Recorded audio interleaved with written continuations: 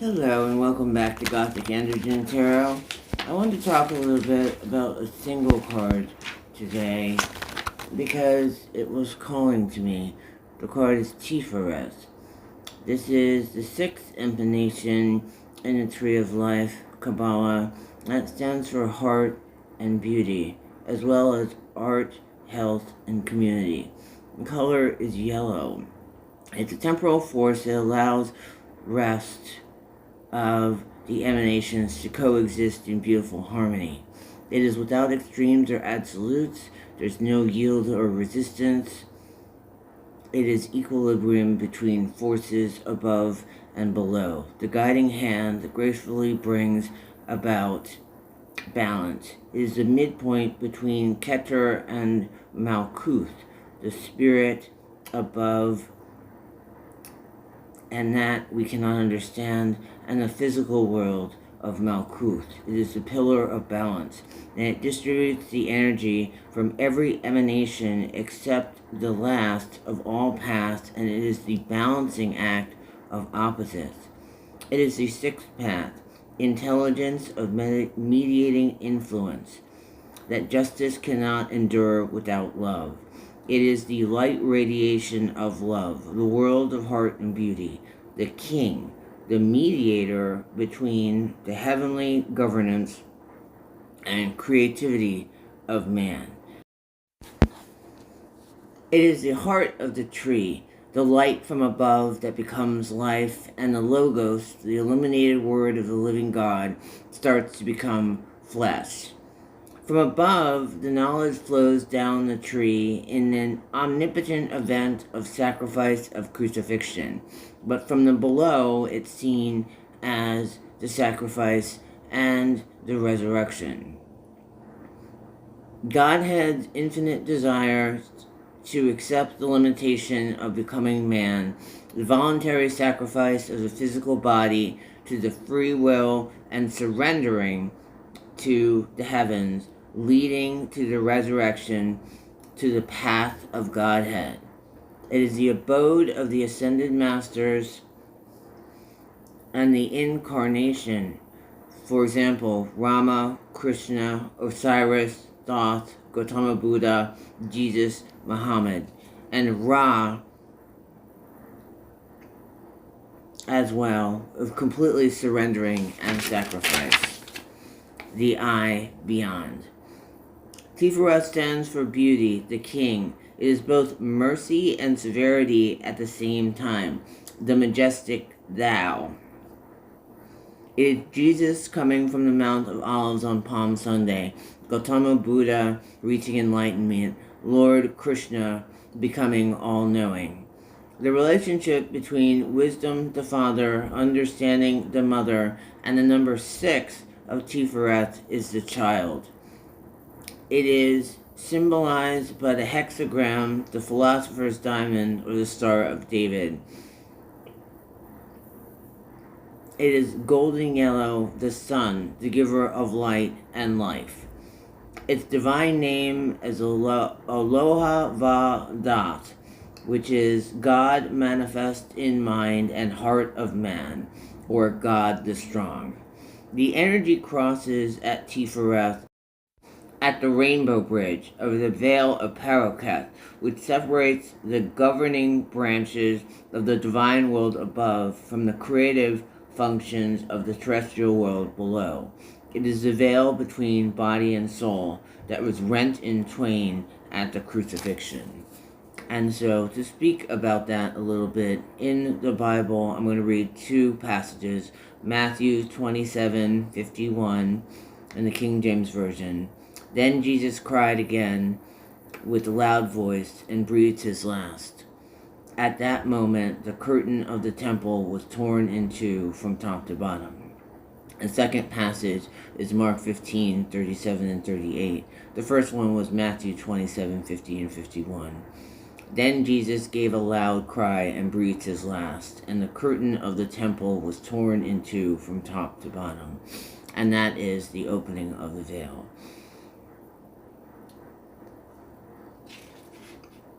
So it is, Tiphareth is an issuance of... Well, what I wanted to talk about today was ADHD and working with Tiphareth. And I wanted to look at it as both a spiritual practice as well as an integration of self. So Tiphareth is a spirit of beauty and equilibrium, and it is a gateway of mankind to the universal mind and the self.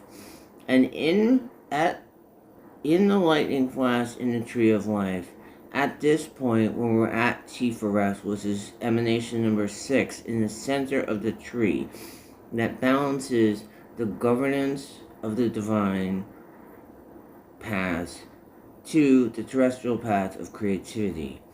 And it is where we look at dedicating life to spiritual devotion and the death of the ego, which leads to a spiritual rebirth and ascension to higher realms and mysticism, so that we can start on our great work, which becomes the priority of our existence. So I'm going to look at the physical plane and kind of the astral plane.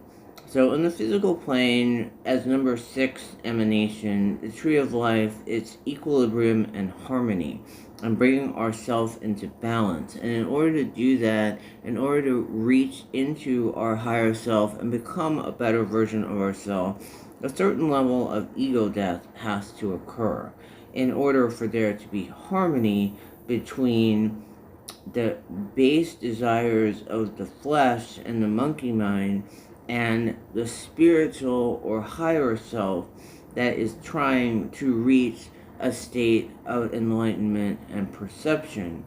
And once we reach Tiphareth, we make a spiritual progress through love, and we end up looking at our behavior and our ethics, and we look at our creativity. And at that point, that is where we can verbalize our creativity and bring it to life, and that our intuition becomes expressed in words. So it is the royal marriage of the soul to the Lord, and it is where the anima and animus are baser faculties are returned to the unconscious, and the male king attribute and the female queen attribute of each of us, because we both carry both of those energies, are unified, and the spirit and the soul become conjoined. So during this time, before we actually get into a point where we can join with our higher selves and conjoin and find unity, we need to go through a period of quiet reflection. It's an exploration period of the soul where we look at the spirit as a foundation and move to a higher plane. And this becomes the union with the self as we're uniting our opposites. So being able to master the monkey mind and the base pleasures and kind of put those in, what would I say, treasure chest, so that we can control those urges. And like in, Buddhism, desire becomes pain, and becomes longing, and ends up like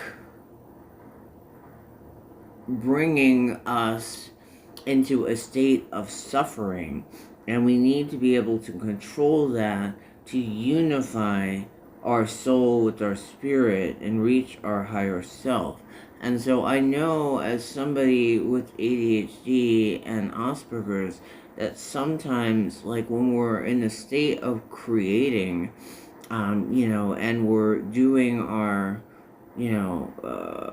project, or, the task that we enjoy doing, if it's writing books or art or poetry or collecting things, or, whatever, reading, researching, whatever our field of most interest is, where we reach that higher plane, and that thing, that creation that we're doing allows us to channel our higher self and go to a higher realm and become one with the universe.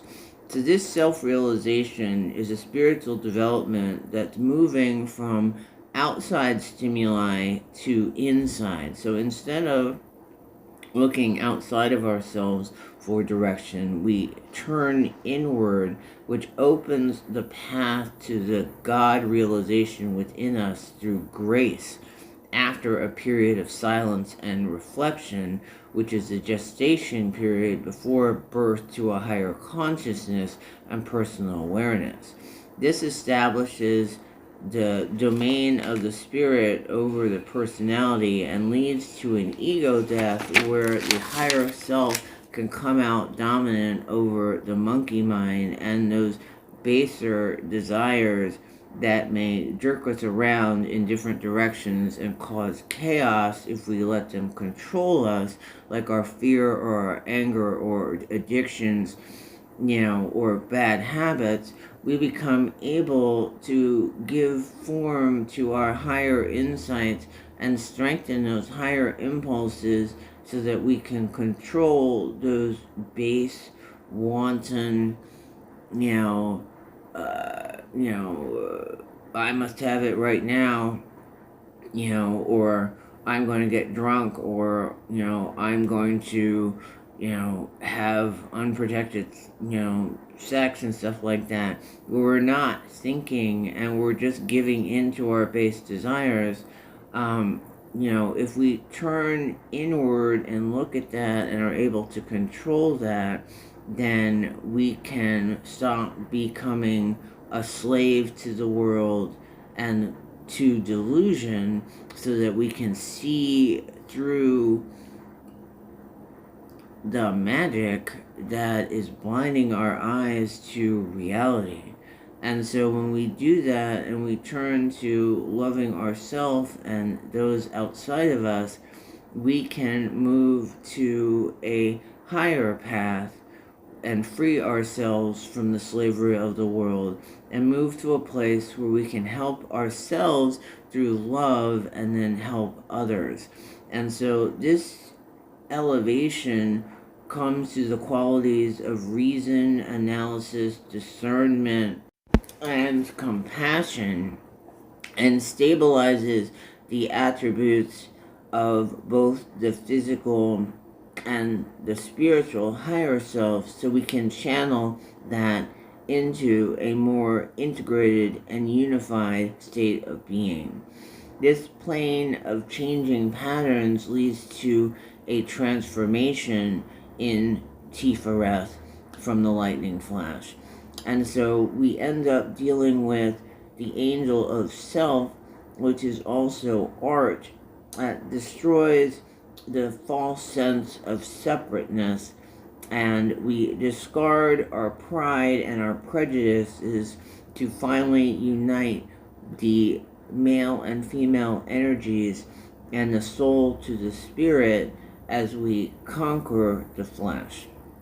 We also look to liberate ourselves from delusion and outer appearances, and this connects us with both our terrestrial being and the higher heavenly planes.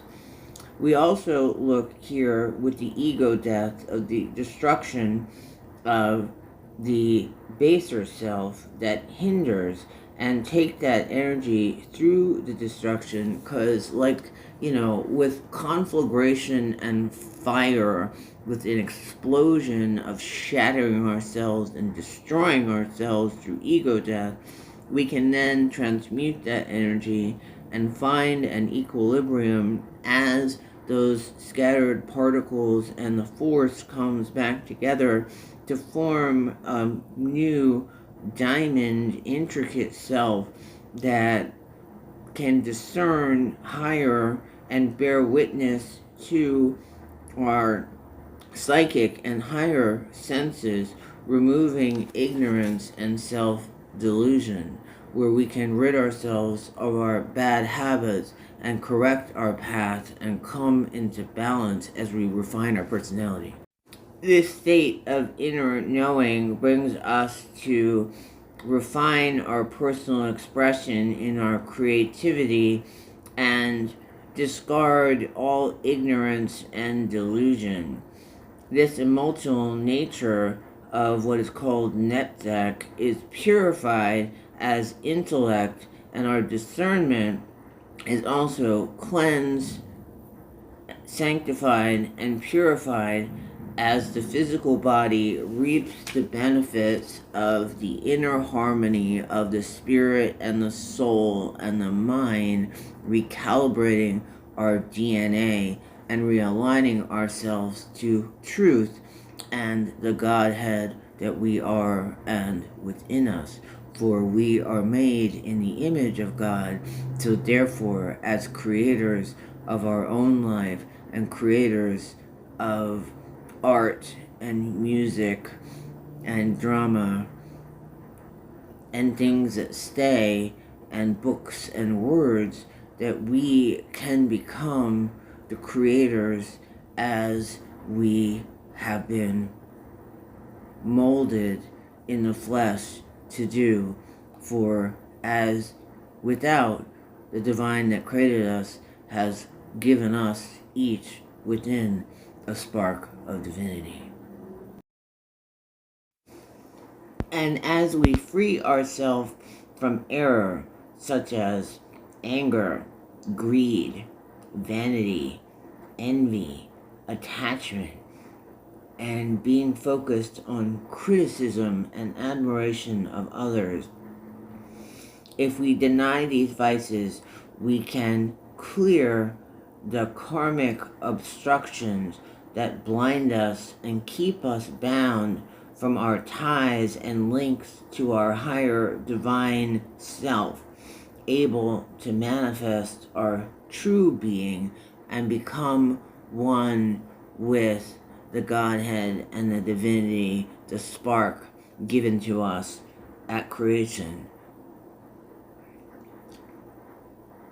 That which within us is divine. By reshaping this personality through compassion and showing love to both ourselves and to others, and having it so that this shows in our personality and both inner and outer expression of our higher nature, ruling over our lower self, this becomes a philosophy of life and our truth, something that we can stand for, live by example, and fight to maintain, as well as practice, refine, and perfect as we as humans achieve our true, genuine self. And so I wanted to next talk about bhakti, which helps us purge the meanderings of our idle, undirected imagination. And bhakti is a Sanskrit word that means emotional devotion. Its literal translation is attachment, fondness for, faith, love, devotion, worship, and purity. And it's interesting because it brings up, when I first looked up the definition of the Sanskrit word, what came to mind was the Depeche Mode album Songs of Faith and Devotion. And that actually, and then the picture of Alan Wilder. I think it was the last album that Alan Wilder worked on, and I think there's a song on that album called "Walking in My Shoes," and I could see the video of that in my mind, and it reminds me, there's this bird woman in orange green with mountains in the background. It's a very strange video, I think. I think that's what it is, and I think there's also a chair in that video, and if I have it right, the the musicians from Depeche Mode are chained to what looks like an electric chair. And going into what we were just talking about of the ego death and removing the chains of ignorance and delusion, now that I'm talking about this, I understood what the video was, but I didn't understand it until like right now. I had a deja vu moment. I can actually see the video in my head right now. And so Bhakti, the Hindu, it's an idea of Hinduism, which means devotion and love for a personal God.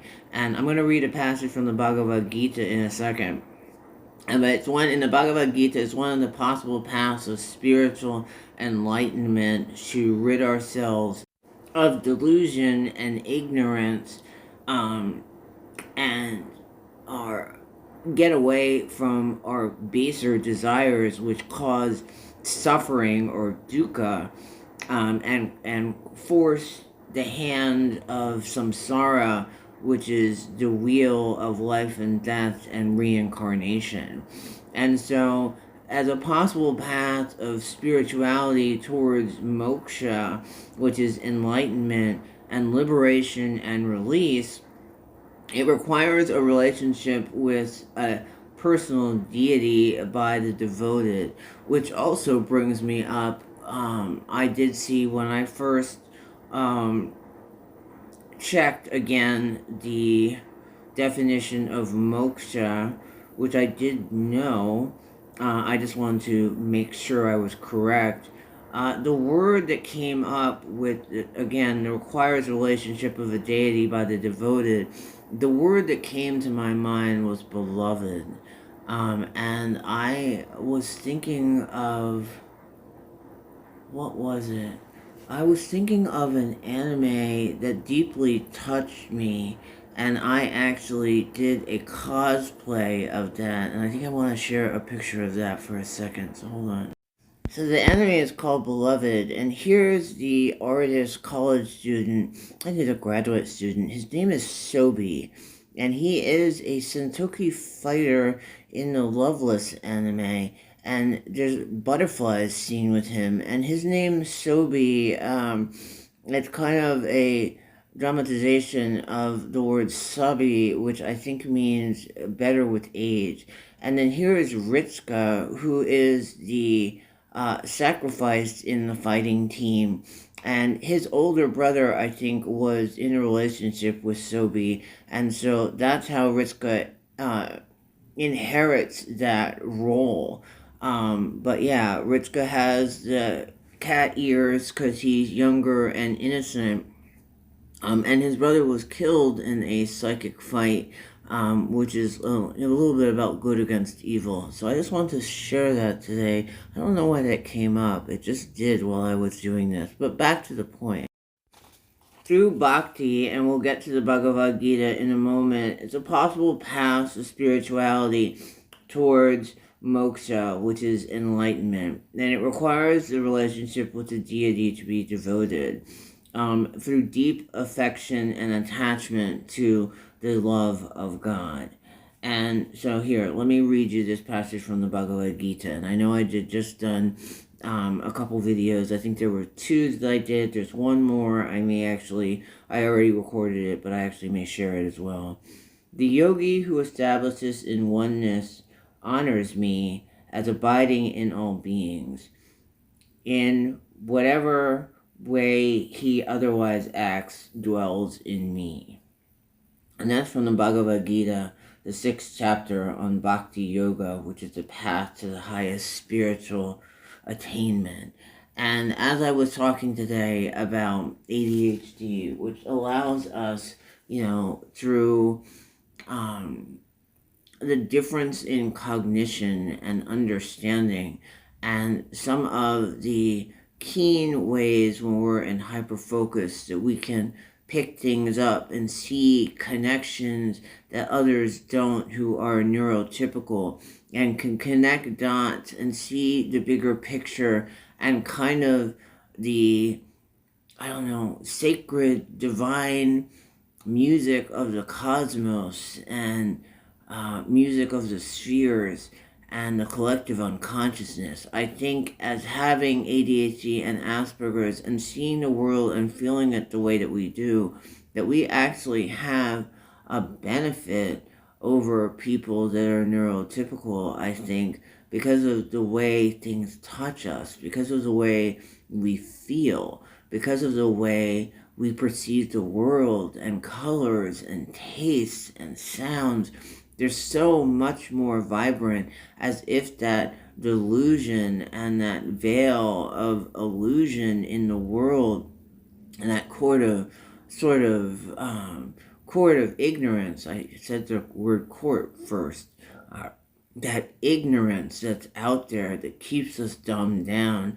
I think that having ADHD and Asperger's is kind of a way of cognition, like a special psychic higher power that brings us closer in alignment with our divine self and able to see patterns that others can't. And I think that's why that's glorious and we're beautiful. So thank you for tuning in today to Gothic Androgyn Tarot. I just wanted to share Tiphareth with you because I have been channeling the Kabbalah for the last couple of days, and this is what came out, as well as Hold. I will probably share that as well to share. Thank you.